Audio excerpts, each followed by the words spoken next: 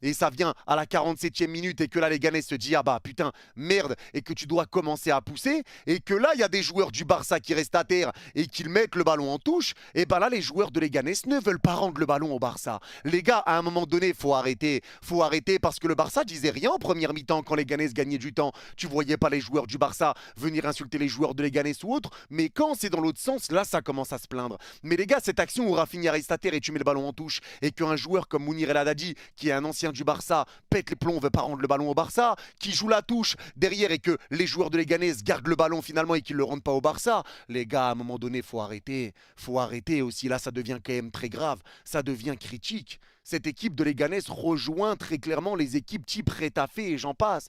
Jouer de cette manière, c'est grave, les gars. La vérité, c'est grave et vraiment, c'est un match où on n'a pas pris énormément de plaisir. Ça a été un match compliqué pour le Barça, un match avec pas beaucoup de spectacle, un match très poussif et un match dur. Parce que dans cette première mi-temps, c'est Leganés qui a eu les plus grosses situations. Et ça, c'est une réalité. Parce qu'on n'a pas reconnu le FC Barcelone dans ce match et notamment sur la première mi-temps. Parce que offensivement, il n'y avait pas le mouvement que tu pouvais voir habituellement. Donc tu ne te créais pas de situation. Mis à part sur l'occasion de Jules Koundé qui centre s'est dévié, ça a failli être un CSC déjà en première mi-temps, mais il y a l'arrêt de Dimitrovic. Mais sinon, c'est un Barça qui n'arrive pas à être dangereux, parce que les Ganais c'est bien en place, mais toi, d'habitude, pour faire bouger le bloc bas, tu ramènes de la permutation, des joueurs qui bougent dans tous les sens, des appels de balle à tout va. Là, c'était très statique. C'était très statique. Et Ter Stegen n'était pourtant pas sur le terrain. Mais là, c'était très Ter statique. Ça bougeait pas pour le Barça. Il n'y avait pas de mouvement. Le pressing était pas bon. Ton contre-pressing était pas mis en place. Les Ganais arrivaient à ressortir très facilement. Et derrière, ça allait te punir en contre-attaque dans le dos de Jules Koundé ou sur des erreurs d'alignement d'Araujo. Et aujourd'hui, Araujo, encore une fois, sa première mi-temps est cataclysmique. Cataclysmique Araujo, il n'y a rien qui va parce que Araujo n'arrive pas à comprendre le positionnement qu'il doit avoir dans cette défense du FC Barcelone. Il s'aligne mal, des fois il est beaucoup trop bas, des fois il était trop haut et des fois il se mettait à presser, tu sais pas ce qui se passait dans sa tête, la défense est alignée, Araujo se met à monter sur le porteur de balle, une passe latérale, plus d'Araujo, gros trou et les Ganais se retrouvent avec un espace et un boulevard dans l'axe. Et heureusement que tu avais des gros retours, hein. Des retours défensifs de Koundé à l'épaule, des retours d'Inigo et Inigo, on va en parler après.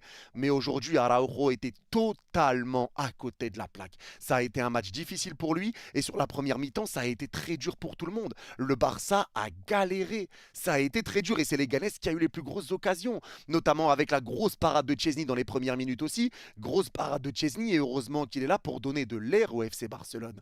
Mais ça ne changeait rien au fait qu'aujourd'hui, tu le sais, il y a de la fatigue pour les joueurs du Barça. Et si Lamine Yamal, Pedri, etc. ont joué tout le match, c'est tout simplement parce qu'ils ne joueront pas contre Dortmund. Ça, j'en suis sûr.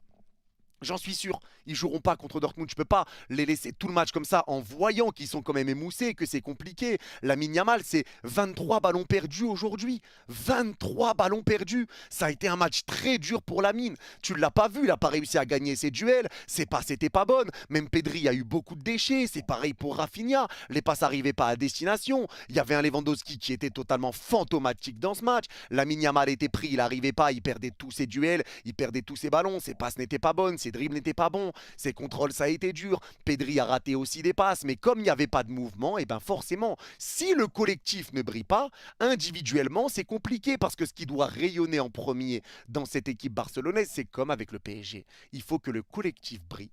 Et à l'intérieur, les individualités vont briller. Et aujourd'hui, le collectif, je ne l'ai pas reconnu.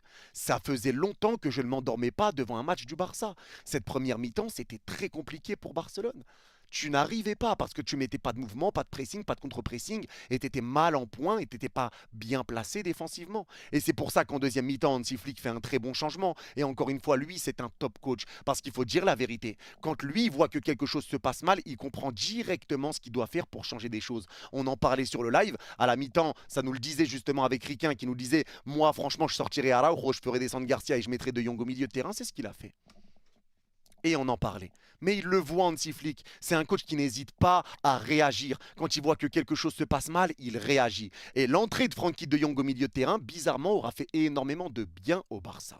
Ça aura fait du bien. Parce que tu auras ramené quelqu'un qui aura été là pour défendre aussi les intérêts du Barça. Quand il y a l'arbitre sifflait quelque chose, il parlait avec l'arbitre. Il aura ramené du calme, de la sérénité, des bonnes ressorties de balles. Il aura proposé aussi des solutions. Ça aura remis Pedri un petit peu bien en place et le milieu de terrain était mieux en place. Tu récupérais quand même des ballons. Mais tu n'étais toujours pas au mieux. Ça, c'est une réalité. Mais maintenant, tu marques très rapidement dans cette deuxième mi-temps et tu sais que dans ce genre de match, plus le temps passe, plus c'est difficile d'être dangereux, plus c'est difficile de marquer. Donc le temps dans ce genre de match joue clairement contre toi. Surtout quand tu sais que tu as joué que 23 minutes en première mi-temps sur les 45 qui sont passés. Là, forcément que tu peux te poser des questions. Donc ce but qui arrive à la 47e arrive au très très bon moment. Et là, les gars, il faut quand même le dire, c'est grâce à Gérard Martin. Parce que le travail qu'a fait Gérard Martin sur la récupération, le tacle qu'il fait, ça revient sur Rafinha qui est seul. Rafinha lève la tête, il voit qu'il y a Lewandowski. Le centre, c'est dévié par Saenz et il le met en CSC. S'il ne le touche pas, il y a Lewandowski qui est derrière. Donc, dans tous les cas,